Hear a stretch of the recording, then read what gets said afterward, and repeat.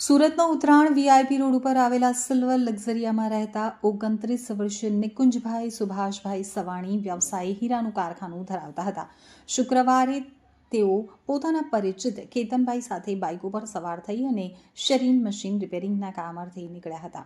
જ્યારે તેઓ ફૂલપાડાથી રત્નમાલા વચ્ચે આવેલા ખાટુશ્યામ ડિઝાઇનરની દુકાન પાસેથી પસાર થઈ રહ્યા હતા ત્યારે અચાનક સામેથી એક બાઇક ચાલક પૂરઝડપે રોંગ સાઈડમાં આવી ચડ્યો હતો. સામેથી આવતા વાહન ચાલક સાથેની ટક્કર બચાવવા જતાં નિકુંજભાઈએ પોતાના બાઇક ઉપરનું સંતુલન ગુમાવ્યું હતું. રસ્તો ભીનો હોવાના કારણે અથવા ગભરાટમાં બ્રેક મારવાના લીધે તેમની બાઇક સ્લીપ થઈ ગઈ હતી અને બંને મિત્રો રોડ ઉપર પટકાયા હતા. દુર્ભાગ્યવશ નિકુંજભાઈ જે ક્ષણે રોડ ઉપર પડ્યા તે જ સમયે બાજુમાં પૂરઝડપે એક સિટી બસ આવી રહી હતી. બસના ચાલકને બ્રેક મારવાનો સમય મળે તે પહેલાં જ બસનું ટાયર નિકુંજભાઈ ઉપર ફરી વળ્યું હતું. અકસ્માત એટલો ભયાનક હતો કે નિકુંજભાઈને ગંભીર ઇજાઓ પહોંચી હતી.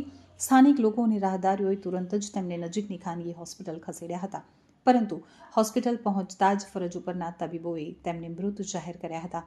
તો બીજી તરફ બાઇકની પાછળ બેસેલા કેતનભાઈને સદનસીબે સામાન્ય ઇજાઓ પહોંચી છે, જેઓ હાલમાં આઘાતમાં છે. માત્ર 29 વર્ષની નાની ઉંમરે નિકુંજભાઈનું અવસાન થતાં સવાણી પરિવાર ઉપર આભ તૂટી પડ્યું છે. મહેનતુ અને વ્યવસાયમાં આગળ વધી રહેલા નિકુંજભાઈના અકાળે અવસાનથી ઉત્તરાયણ અને કતારગામ વિસ્તારમાં રત્ન કલાકારો અને હીરા ઉદ્યોગ સાથે સંકળાયેલા લોકોમાં શોકની લાગણી પ્રસરી ગઈ છે.